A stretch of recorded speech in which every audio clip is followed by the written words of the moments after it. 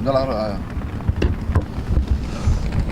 الله الرحمن الرحيم. متابعينا الكرام، مشاهدينا الاعزاء، اشواطنا تتواصل هنا على ارضيه ميدان حيمه لسباقات الهجن العربيه الاصيله بدعم من عبيد بن حمد بن عوصان المنصوري. مشكور يا ابو حمد على هذا الدعم الكبير هنا على ارضيه ميدان حيمه.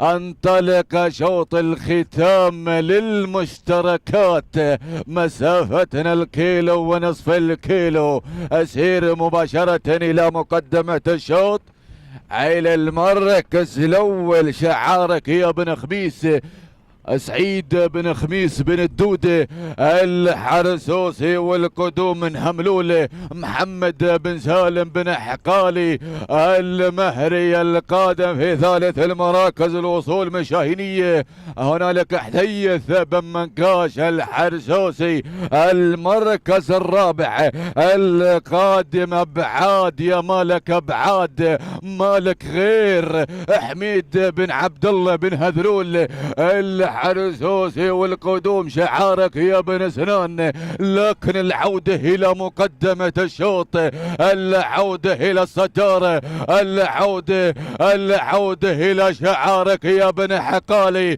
العودة إلى شعارك يا بن حقالي. مالك هملولة سالم بن حقالي المهري. احذر من القدوم، الوصول شعار بن الدودة، والقدوم شعارك يا بن هذلول. لكن بن حقالي يقلع، بن حقالي طار طار طار طار طار الى هالي ولاية شليم. هذه مثايل مثايل مثايل مثايل سلالة نشوان الحرسوسي. فلله يدرك يا بن حقالي على هذا الاداء الكبير.